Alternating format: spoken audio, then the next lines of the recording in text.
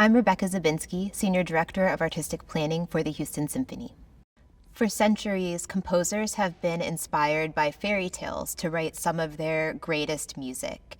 And our music director, Uri Valchua, wanted to spend a couple of weeks exploring music to come out of this inspiration. So the festival started with two big pieces. The first is Zemlinsky's Die Seejungfrau, or The Mermaid.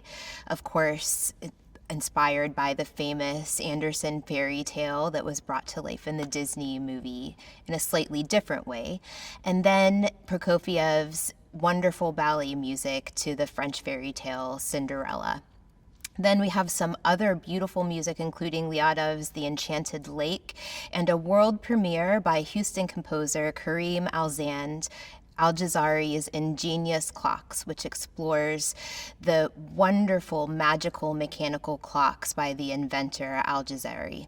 We also have two wonderful concertos which aren't exactly inspired by fairy tales but still connect to the idea of the festival. We have Korngold's Violin Concerto, and Korngold was a composer who was composing in Vienna alongside composers like Mahler and Schoenberg, but moved to Hollywood, to the west coast of the United States, and began writing vivid music for film scores. Simona Lamsma, the Dutch violinist, will join us for Korngold's Violin Concerto.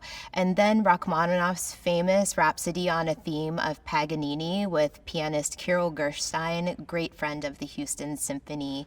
Of course, Rachmaninoff also lived in Hollywood and was surrounded by all of these film composers and set music inspired by a fairy tale-like figure in music, Paganini.